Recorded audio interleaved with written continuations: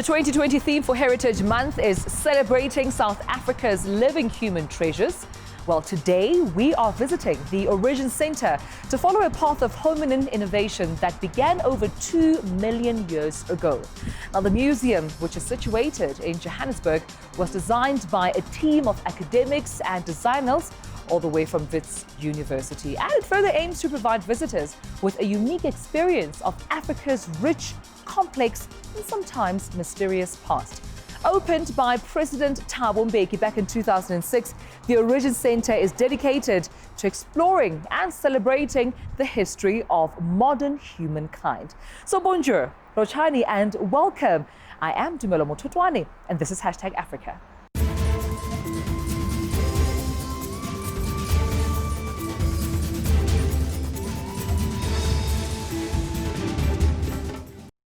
Omar Digan has always been passionate about keeping history alive through his projects. While the Somali-Italian architect wants to return Somalia's capital, Mogadishu, to its people through revived public spaces. Mogadishu is a city defined by war. But for Omar Digan, it's time to renew the Somali capital's ruined glory. For me, cultural identity should be preserved as biodiversity. The architect was born in Italy to Somali parents who left before civil war broke out in 1991. Back then, the city was dotted with parks and libraries and was known, thanks to its glistening architecture, as the White Pearl of the Indian Ocean. But today, after decades of conflict, the sprawling city of 2.6 million people has no public spaces except its beach. Digan wants to change that.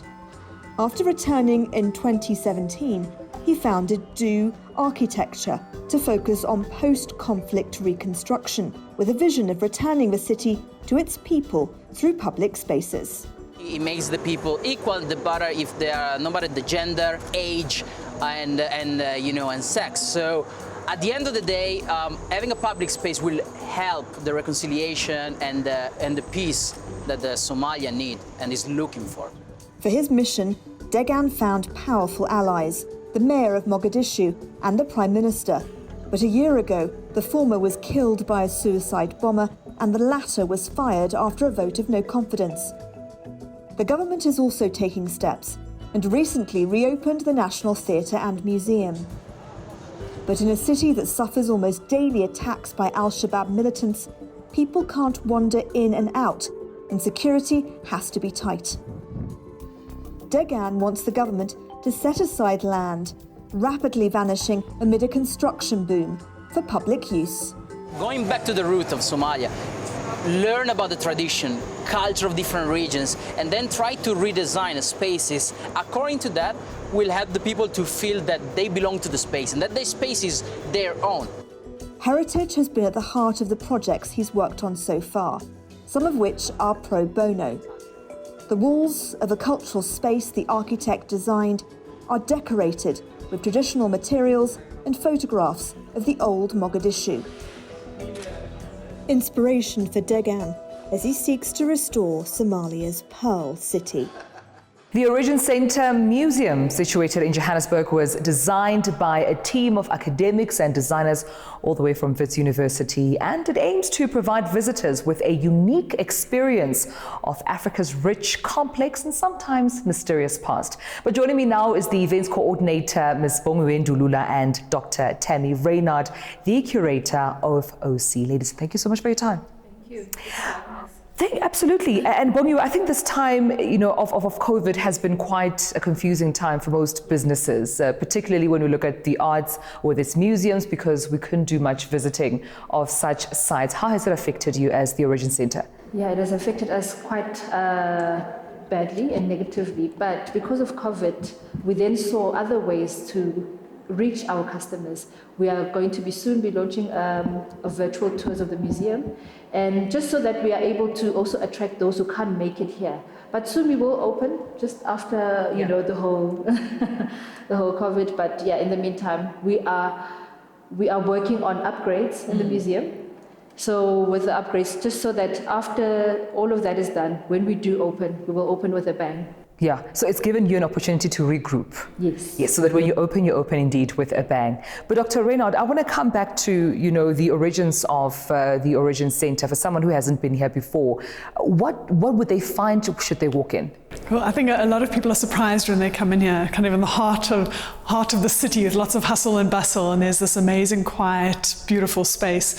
And we deal with the origins of humanity, what makes us human, and then all the origins of art. And most of that originates in Africa.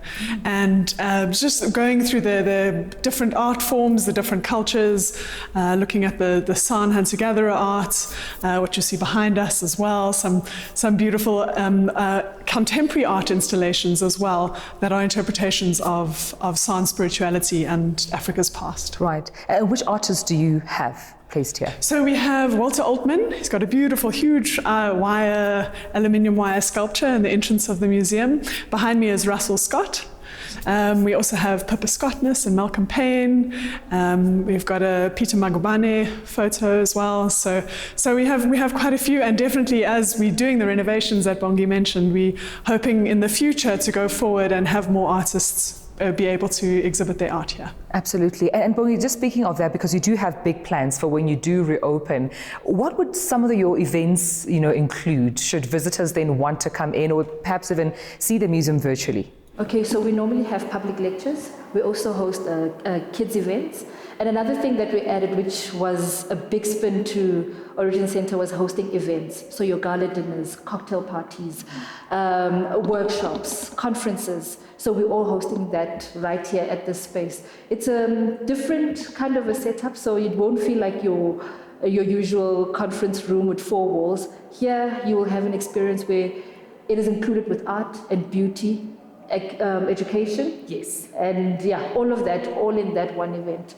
So people will be given an opportunity to come here and tell their origins of, whatever, where they come from. They can tell those stories right here. And we can see that through art, yes, right here at the museum as well. And also, definitely this is a place to visit if you want to enjoy leisure, but also educate yourself about, Africa and its origins. What are some of the mysteries that you think people will find when they walk in your doors?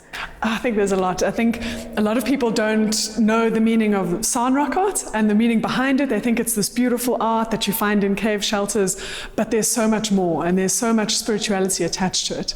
So learning about that, rock engravings that a lot of people haven't seen before, haven't been to these sites and actually seen them, and then just the history of Africa and the prehistory of Africa, that humans as a species, we originated here.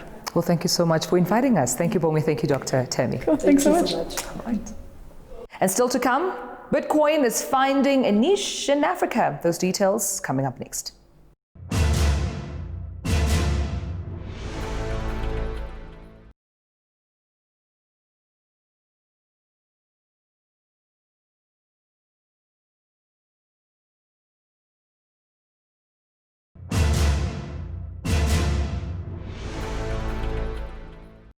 Well, US blockchain research firm that is Chain Analysis says that crypto transfers to and from Africa have soared over the last year. It is reported that transfers by individuals, including small businesses, had jumped 40%. This from July back in 2019 to $315 million in June of 2020. Africa is experiencing a quiet boom in the use of cryptocurrency. Over the last year, crypto transfers by individuals and small businesses soared by over 40% to a whopping $315 million in June. That's according to US blockchain research firm Chainalysis. Reuters Nigeria Bureau Chief Alexis Akwajiram. This trend is primarily being driven by small businesses. That's because over the course of the last year, currencies across the continent have become weaker and weaker. And as that happens, it becomes harder and harder to get hold of dollars, which are the currency of global trade. To get round this, what small businesses are doing across Africa is to use Bitcoin. In doing so, they are able to interact directly and trade directly with partners in other parts of the world. Users say cryptocurrencies are helping people make their businesses quicker, smoother, and more profitable. This has been the case in Nigeria in particular, which has seen a massive uptick in the use of Bitcoin. In this place now, 30-year-old Abolaji Adunjo is one of the people at the heart of a quiet boom for Bitcoin in Africa's largest economy. we trade with Bitcoin, which is a very easy way of doing business. Because with Bitcoin, you don't have to pay charges. You don't have to pay, you don't have to buy dollars. You don't have to convert your naira to dollar before you buy. Nigeria's small crypto transfers totaled over $55 million in June. The number of transactions also soared, jumping more than 55% to 120,000. The reason? The country's oil-dependent economy was rocked by low global crude prices and lockdowns, which in turn has weakened the local currency. The Nigerian naira currency has been devalued twice so far this year, and it's increasingly hard for businesses here in Nigeria to get hold of the dollars they need to trade with global partners. To get around this, businesses are using Bitcoin. In a continent where there are massive informal economies, this is something that can help businesses to grow. But even as Bitcoin usage widens, there are some serious risks for its growing army of crypto users. Bitcoin's legal status remains unclear in many African countries, and converting local currencies to and from Bitcoin still relies for many on informal brokers. Across the continent, there is little to no regulation whatsoever when it comes to cryptocurrencies. That means that there is potential risk because you could be exposed to a scammer if you're a business person, and then you have no recourse to seek help from authorities because of that lack of regulation. A local mining NGO reported that at least 50 people have lost their lives when an artisanal gold mine collapsed near Kamituga, this in the east of the Democratic Republic of Congo, on Friday afternoon.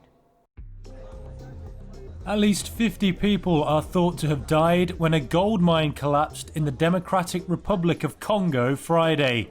The cave-in happened following heavy rain at the Detroit mine site near Kamituga in the country's east. That's according to a local NGO who said about 50 young people couldn't escape the collapsed mine. Mining accidents are common in unregulated mines in Congo. Dozens of people die every year in mines where diggers, which are often ill-equipped, burrow deep underground in search of ore. Last year, a landslide at a disused gold mine killed 16, while a further 43 died in a separate landslide at a copper mine. Many children living in Nigeria are deprived of the right to education than any other country in the world, but Slump to School charity is bridging the gap by bringing school back using technology. Each morning, Esther Ikechukwu builds a desk outside her home in a Lagos slum. 2 upturned buckets and a handbag to rest her tablet on. Her balancing act complete, she's ready for school. Try to protect ourselves while online. Even before lockdown, Nigeria had more children out of school than any other country in the world. 13 million according to the United Nations. But with schools shut since March, it is students like Esther living in the Makoko slum with few social safety nets whose future is most at risk. Trying to fill the void is Lagos-based charity Slump to School. That was last week Friday. It provided Esther with a tablet and headset and also provides teachers with laptops for remote learning sessions. The fact is that I miss school, but what Slump to School is doing right now makes me not to kind of miss school like that because I'm not really missing. I'm better than some other children out there. Sure that you fact check everything. Around 7 miles away, Slump to School founder Otto Orondam is delivering Esther's lesson. And From the charity's virtual learning center. And we do not necessarily have to wait until there's a classroom to put them. Those kids can still learn in their community. He says long breaks from schools can cut poorer children out of education as they are pushed to work to support their families. For Esther, the technology means she can take an early morning class before trading at her mother's kiosk. But the setup has some difficulties. Esther's outdoor desk is a solution for weak internet signal inside, And the slum's lack of power means it is a challenge to charge electronics. Class on time. Slump to School tries to combat the electricity issues by providing power banks and solar charging kiosks. Well, after the break, Blessing Ngobeni's chaotic pleasure speaks truth to historical and present-day systems of power and oppression.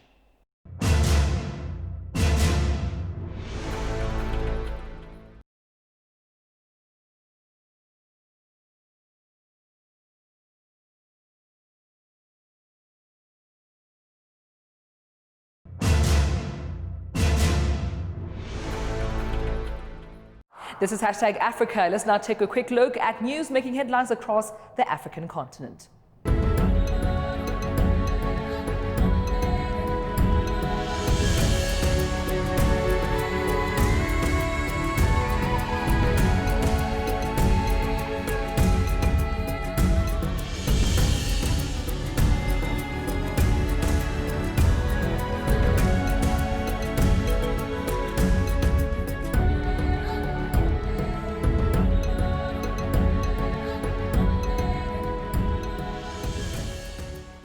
South African poet artist Ntate Pitikantuli's latest 45 bone sculpture exhibition is challenging human consciousness while emphasizing the power of healing, this especially during the coronavirus pandemic. Renowned South African sculptor Pitika Ntuli is hailed for his provocative art pieces through the years. His newest exhibition features 45 sculptures made from animal bones. Ntuli says the show, titled Azibuyeli Emwasiswini, loosely translates to Return to the Source in local Zulu language, is a way for Ntuli to use African spirituality to connect with the origins of human life. The 78-year-old artist spent 3 years creating the sculptures, but he says that for him, his artworks are an apt response to the global health crisis and socio-political chaos in the country. We have to prepare ourselves for more kind of pandemics, simply because we have disrespected nature.